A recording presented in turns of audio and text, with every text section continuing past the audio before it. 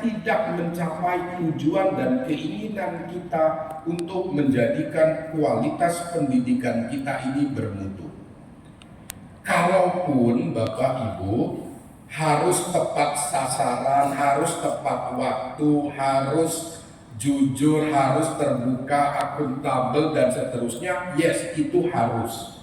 Karena itu menjadi bagian dari kita bekerja. Tetapi tidak boleh berhenti sampai di sana. Harus ada tindak lanjutnya, yaitu proses pembelajaran di dalam kelas. Itu menjadi proses pembelajaran yang bermutu. Sehingga kita akan bisa mendapatkan anak-anak kita menjadi anak-anak yang juga punya kemampuan adaptif terhadap perkembangan zaman. Karena memang itulah tujuan dari kita melaksanakan revitalisasi dan digitalisasi pada malam hari ini. Jadi pertama, agar pendidikan itu bermutu, fasilitas, sarana prasarana termasuk gedung di dalamnya itu memadai. Tidak perlu mahal, tidak perlu terlalu mewah, tetapi memadai dan bisa menunjang proses pendidikan kita. Kedua, agar pendidikan itu bermutu, pembelajarannya adaptif dan bermakna.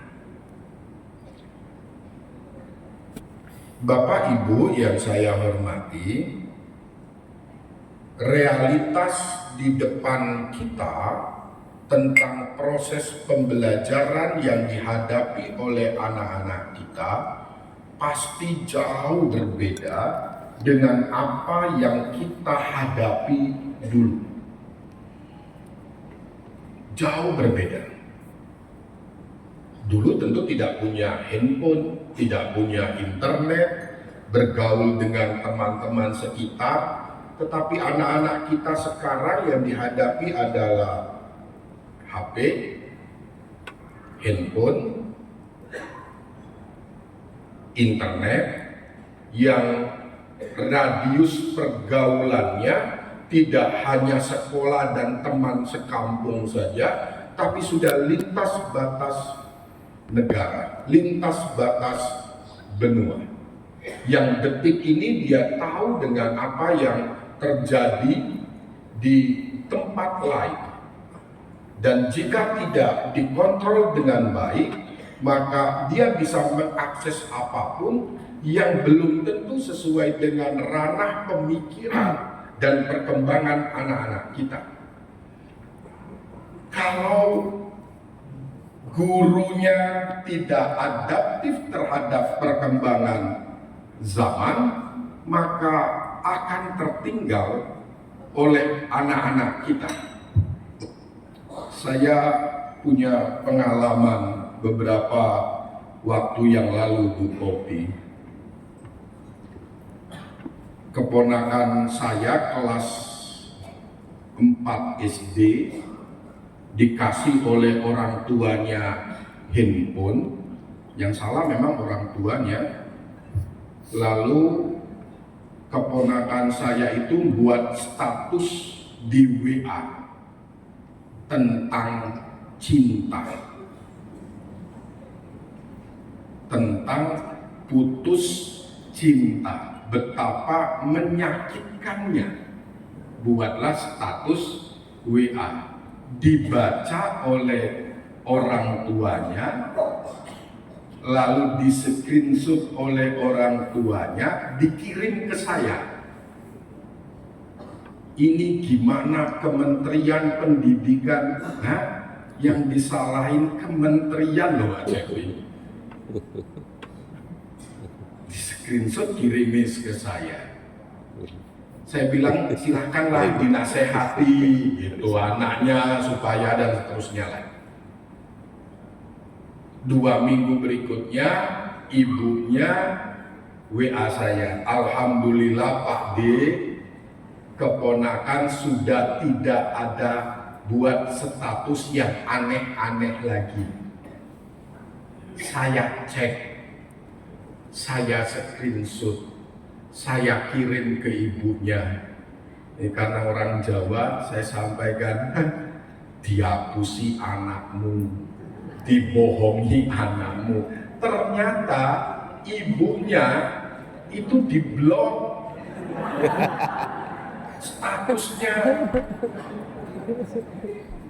kelas 4 SD. Pinter ya. Coba bayangkan kalau orang tua tidak adaptif Pinter tadi. dan dengan logika lama lalu percaya dengan anaknya, merasa bahwa anaknya sudah tidak lagi berbuat apapun, ternyata dia menggunakan cara lain. Orang tuanya, status orang, bukan nomornya yang diblok, tapi cukup orang tuanya tidak bisa melihat status anaknya. Dari mana coba anak kelas 4 SD tahu kayak gitu? Ini saya tidak mengajari bapak-bapak untuk juga supaya istrinya tidak bisa melihat status. Jangan-jangan nggak tahu ya bapak, tapi saya ajari caranya. Caranya aja belum bisa. Nah, pembelajaran adaptif dan bermakna itulah yang kemudian menjadikan Kementerian Pendidikan Dasar dan Menengah mengeluarkan dua hal yang untuk bermakna dan adaptif itu. Satu, pembelajaran mendalam, yang kedua KA coding. Fasilitasnya disediakan oleh Presiden Republik Indonesia dengan membagikan 300 ribuan flat panel interaktif, flat panel ini. Kalau bahasa paling sederhana disebut dengan smart board. Smart board itu kenapa Bapak Ibu dipanggil? Supaya yang menggunakannya juga smart. Jangan sama smart board yang smart, boardnya smart TV yang smart, TV-nya yang menggunakan tidak, maka akan jadi smartphone. Nah, jadi makanya diundang ke sini untuk berlatih melihat. Ada orang mengatakan, kenapa 300 ribu banyak sekali, kenapa enggak uangnya digunakan untuk kesejahteraan guru toh, kan lebih membahagiakan. Iya, tapi kita tetap akan tertinggal, tidak otomatis mensejahterakan guru-guru itu, lalu kemudian dengan seketika pendidikan meningkat. Dua-duanya harus dipikirkan. Kesejahteraan guru harus tetap menjadi prioritas, tetapi fasilitas juga harus tetap dipenuhi agar kedua-duanya ini naik. Karena sekarang nggak mungkin kalau tidak paralel dilaksanakan. Pembelajaran harus adaptif, maka ada pembelajaran mendalam. Pembelajaran mendalam itu bukan kurikulum, tapi model pendekatan. Bisa nanti satu saat menggunakan smart board ini tadi.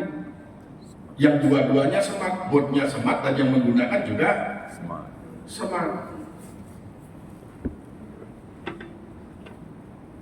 Pembelajarannya harus adaptif dengan perkembangan zaman. Karena begitu cepat perkembangan zaman, pembelajaran kita ini harus juga cepat mengikuti perkembangan zaman. Jangan sampai siswanya aktif learning, gurunya aktif chatting. Siswanya aktif, gurunya juga aktif, duduk sambil megang WA. Nah, perkembangan ini menjadi penting Bapak Ibu. Deep learning juga penting untuk menjadi kerangka berpikir kita melakukan pendekatan-pendekatan pembelajaran. Karena kalau tidak dipahami dengan baik deep learning, maka pembelajaran kita ini hanya jadi kedip-kedip aja. Yang ketiga, agar pendidikan kita ini menjadi pendidikan yang bermutu dan bisa dinikmati oleh anak-anak kita, maka guru itu harus kompeten dan sejahtera. Setuju. Kompetensi guru harus meningkat. Sejahteranya. Dalam dialog saya dengan Pak Menteri, dengan beberapa yang lainnya, Prof. Abdul Muti mengatakan bahwa guru itu harus punya dua hal kalau ingin bahagia. Satu, guru itu harus cinta ilmu. Tidak mungkin menjadi pendidik itu tidak cinta dengan ilmu. Sungguh mengherankan kalau guru-guru itu tidak hobi membaca. Walaupun sekarang meningkat, paling tidak membaca WA grup perintah kepala sekolah. Ya agak meningkat perintah pengawas itu sergap dibaca. Tapi guru itu harus cinta ilmu, selalu membaca dan menuliskan apa yang dipikirkannya, agar proses pembelajaran itu menjadi proses pembelajaran yang selalu meningkat. Saya tidak tahu Bapak Ibu dalam 1 bulan atau dalam 1 tahun berapa buku di luar buku mata pelajaran itu yang dibaca. Tak perlu dijawab, refleksi untuk kita, tetapi saya ingin mengatakan guru itu harus cinta ilmu agar meningkat kompetensinya. Yang kedua, guru itu harus cinta murid. Melihat murid itu bahagia, melihat siswa itu menyenangkan. Jangan sampai jadi guru melihat murid itu senang. Senang itu apa bahasa Jawa, Indonesia ya? Ya senang gitu aja lah, pokoknya tahu lah ya, gitu. Sudah di rumah banyak masalah, sertifikasi belum turun, ngelihat.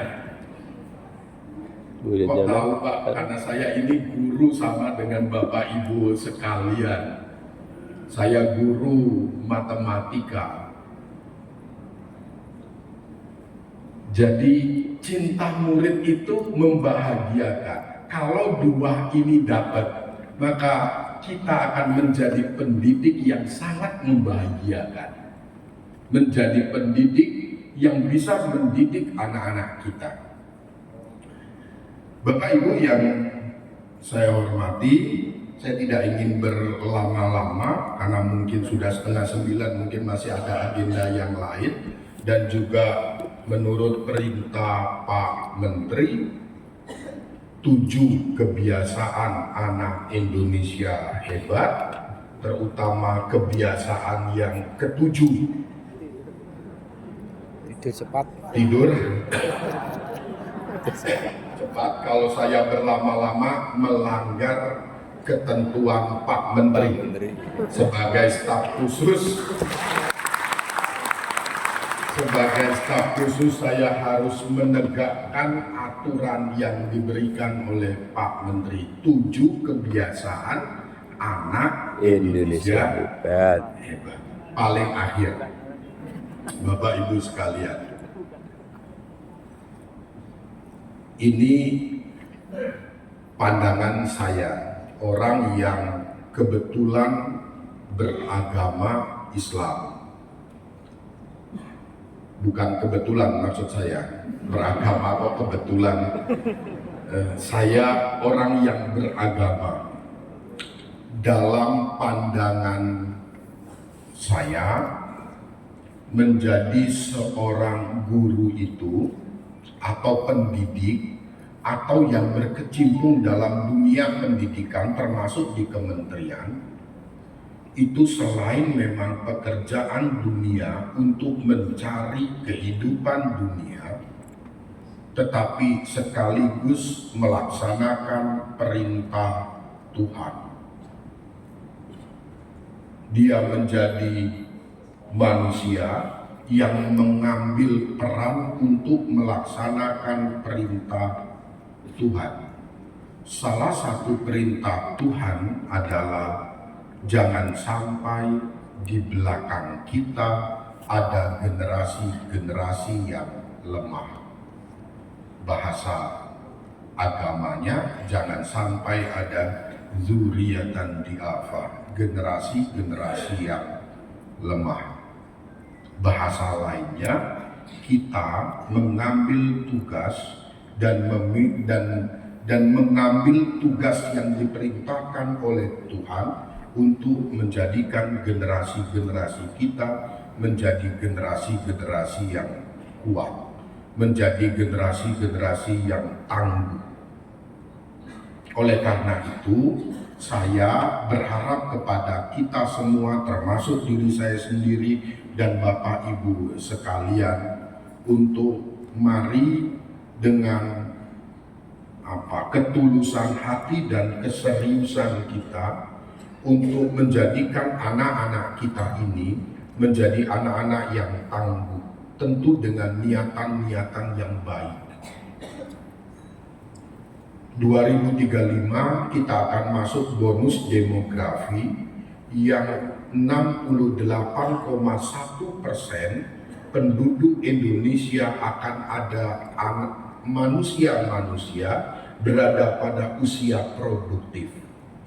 Bayangkan 10 tahun yang akan datang, kita akan menemukan anak-anak, menemukan manusia-manusia Indonesia, generasi-generasi yang ada pada anak-anak kita yang kita didik sekarang ini menjadi bonus demografi. Kalau hasil didikan kita saat ini berhasil, maka 10 tahun yang akan datang kita akan memetik hasilnya. Tapi bayangkan kalau sekarang ini kita gagal mendidik anak-anak kita, 10 tahun yang akan datang, mungkin kita tidak akan mendapatkan bonus demografi. Mungkin kita akan mendapatkan defisit demografi. Orangnya banyak, tetapi tidak produktif. Kapan itu harus disiapkan? Momentum itu saat ini. Dan momentum itu tidak bisa datang 2 kali. Hari ini kita gagal, 10 tahun yang akan datang, kita tidak akan mendapatkan bonus demografi. Kalau itu tidak kita dapatkan bonus demografi, maka 2045, 20 tahun dari sekarang, kita mungkin tidak akan menemukan Indonesia emas. Kita mungkin akan menemukan Indonesia cemas. Pertanyaannya, siapa yang bertanggung jawab? Dari Kementerian Pendidikan Dasar dan Menengah, seluruh orang yang berkantor bernempel Kementerian Pendidikan Dasar dan Menengah beserta Bapak Ibu sekalian guru, kita adalah orang yang bertanggung jawab saat ini untuk mencetak generasi-generasi kita di 2035 mendapatkan bonus demografi, anak-anak muda yang produktif. 2045 insya Allah kita akan mendapatkan generasi emas.